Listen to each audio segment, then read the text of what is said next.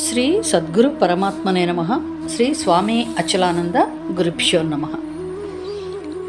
మోక్ష సన్యాస యోగము అనే 18వ అధ్యాయంలోంచి 21వ శ్లోకం. పృథక్ ఏన తు యత్ జ్ఞానం నానాభావాన్ పృథక్ విధాన్ వేత్తి సర్వేషు భూతేషు తత్ జ్ఞానం విద్ధి రాజసం.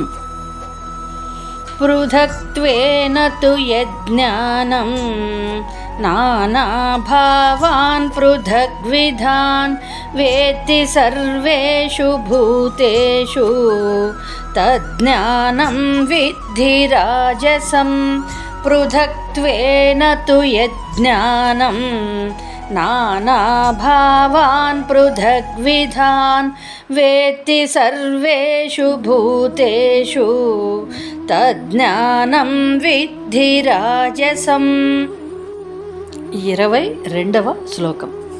యత్ తు కృష్ణవత్ ఏకస్మిన్ కార్యే సక్తం అహైతుకం అతత్వార్థవత్ అల్పం చ తత్ తామసం ఉదాహృతం.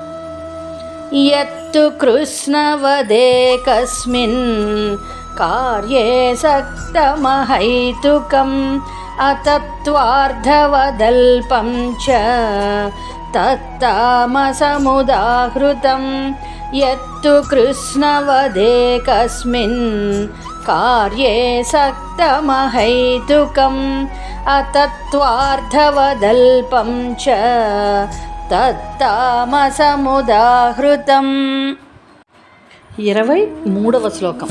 నియతం సంగరహితం అరాగద్వేషతః కృతం అఫలప్రేప్సునా కర్మ యత్ తత్ సాత్వికం ఉచ్యతే. నియతం సంగరహితం అరాగద్వేషతః కృతం అఫలప్రేప్సునా కర్మ యత్తత్ సాత్వికముచ్యతే.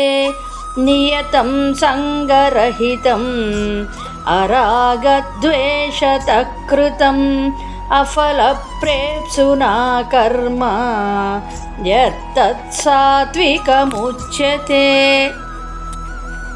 24వ శ్లోకం. యత్ తు కామేప్సునా కర్మ సా అహంకారేణ వా పునః క్రియతే బహుళాయాసం తత్ రాజసం ఉదాహృతం. యత్తు కామేప్సునా కర్మ సాహంకారేణ వా పునః క్రియతే బహుళాయాసం తద్రాజసముదాహృతం. యత్తు కామేప్సునా కర్మ సాహంకారేణ వా పునః క్రియతే బహుళాయాసం తద్రాజసముదాహృతం. ఓం తత్సత్. జై గురుదేవ్.